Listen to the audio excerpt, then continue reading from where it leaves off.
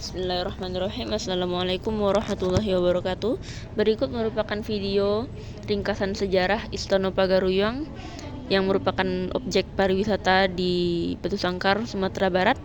Tugas ini melibatkan saya Aisyah Ikrimah Duha dan rekan-rekan saya Hanan Anissa dan Felicia Dia Putri. Kerajaan Pagaruyung adalah sebuah kerajaan Minangkabau yang bertempat di Sumatera Barat, Indonesia. Didirikan pada abad ke-14 oleh Aditya Warman, seorang pangeran dari Majapahit yang memiliki darah Minangkabau. Nama Pagaruyung berasal dari kata pagar atau benteng dan ruyung sejenis pohon yang secara harfiah berarti benteng dari pohon ruyung. Pada masa kejayaannya, kerajaan ini menguasai wilayah luas di Sumatera Tengah, termasuk daerah yang kini menjadi Sumatera Barat, Riau, dan Jambi. Sistem pemerintahannya dikenal dengan tiga tungku sajarangan yang melibatkan tiga pemimpin, yaitu Raja Alam, Raja Adat, dan Raja Ibadat. Masing-masing raja ini mengatur politik, adat, dan agama. Kerajaan Pagaruyung menjalin hubungan erat dengan kerajaan lain seperti Majapahit, Aceh, dan Malaka, baik dalam bidang politik maupun perdagangan. Namun pada abad ke-16, kerajaan ini mulai mengalami kemunduran akibat konflik internal dan persaingan dengan kerajaan lain. Kedatangan Belanda pada abad ke-17 semakin melemahkan posisinya dan akhirnya pada wilayah ini dikuasai oleh Belanda. Meskipun kerajaan ini telah runtuh, warisan budaya tetap hidup, terutama sistem matrilineal yang masih dipraktikkan oleh masyarakat Minangkabau. Pada abad ke-19 terjadi konflik perang saudara yang bernama Perang Padri yang membuat istana terbakar dan akhirnya ditinggalkan. Perang Padri adalah perselisihan yang terjadi di Sumatera Barat antara kaum Padri dan kaum Adat. Perselisihan ini bermula dari upaya kaum Padri untuk menerapkan ajaran Islam secara lebih ketat di tanah Minangkabau. Namun, upaya ini mendapatkan perlawanan dari kaum Adat yang tetap mempertahankan tradisi nenek moyang mereka. Lalu terjadilah kebakaran pada tahun 1804. Kemudian pada tahun 1976, replika Istana Pagaruyung dibangun kembali di Kabupaten Tanah Datar. Gagasan pembangunan kembali Istana Pagaruyung sebenarnya sudah dicetuskan oleh Gubernur Sumatera Barat, Harun Zain, pada tahun 1968. Harun Zain merasa diperlukan warisan yang bisa mempersatukan orang Minang, terutama setelah peristiwa pemerintahan revolusioner Republik Indonesia. Di tahun yang sama, Istana Pagaruyung menjadi situs cagar budaya dan juga dibuka sebagai objek wisata untuk umum. Hal itu disesuaikan dengan yang tercantum dalam Peraturan Daerah Kabupaten Tanah Datar Nomor 2 Tahun 2012 tentang Rencana Tata Ruang Wilayah Kabupaten Tanah Datar. Pada tanggal 27 Februari 2007, Istana Pagaruyung ini mengalami kebakaran hebat yang diakibatkan sambaran petir di puncak istana yang menghanguskan sebagian besar dokumen serta kain-kain hiasan.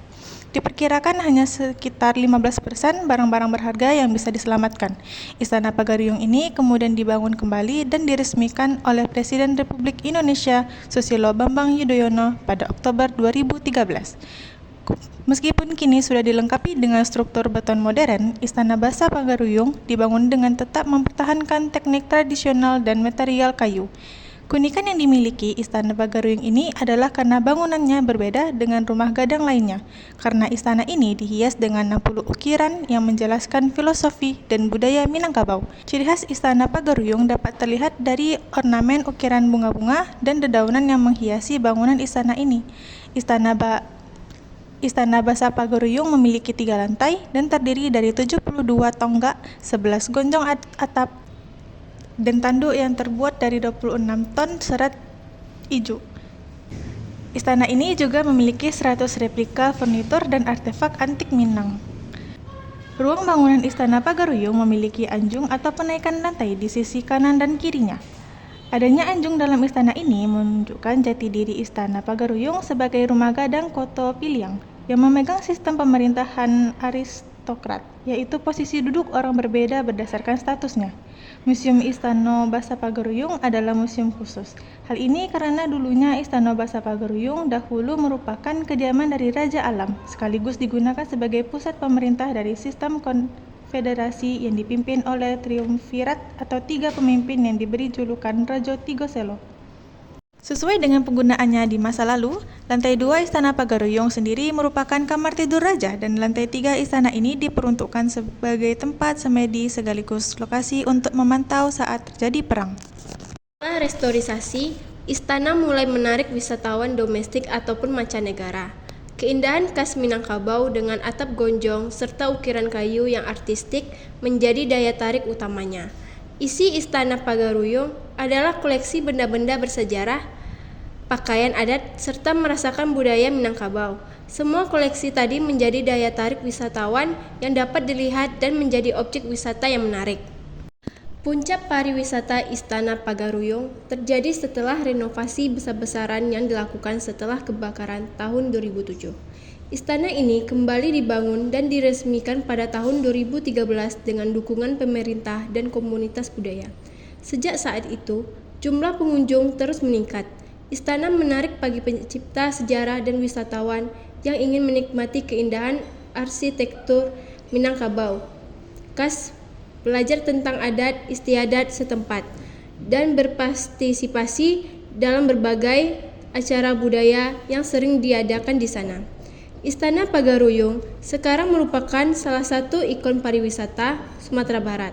Istana ini terus menarik wisatawan dari berbagai penjuru dunia dengan berbagai fasilitas yang telah dikembangkan, seperti pusat informasi budaya, penyewaan pakaian adat, dan pertunjukan seni tradisional. Ini menjadikan salah satu destinasi sejarah dan budaya paling penting di Indonesia.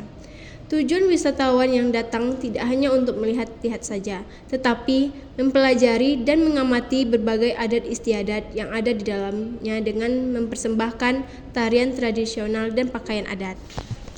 Sekian penjelasan kami mengenai sejarah pariwisata Istana Pagaruyung. Diharapkan ke depannya Istana Pagaruyung dapat tetap menjadi objek pariwisata sekaligus untuk melestarikan dan mengenalkan budaya Minangkabau ke masyarakat luas, terutama mancanegara. Terima kasih. Wassalamualaikum warahmatullahi wabarakatuh.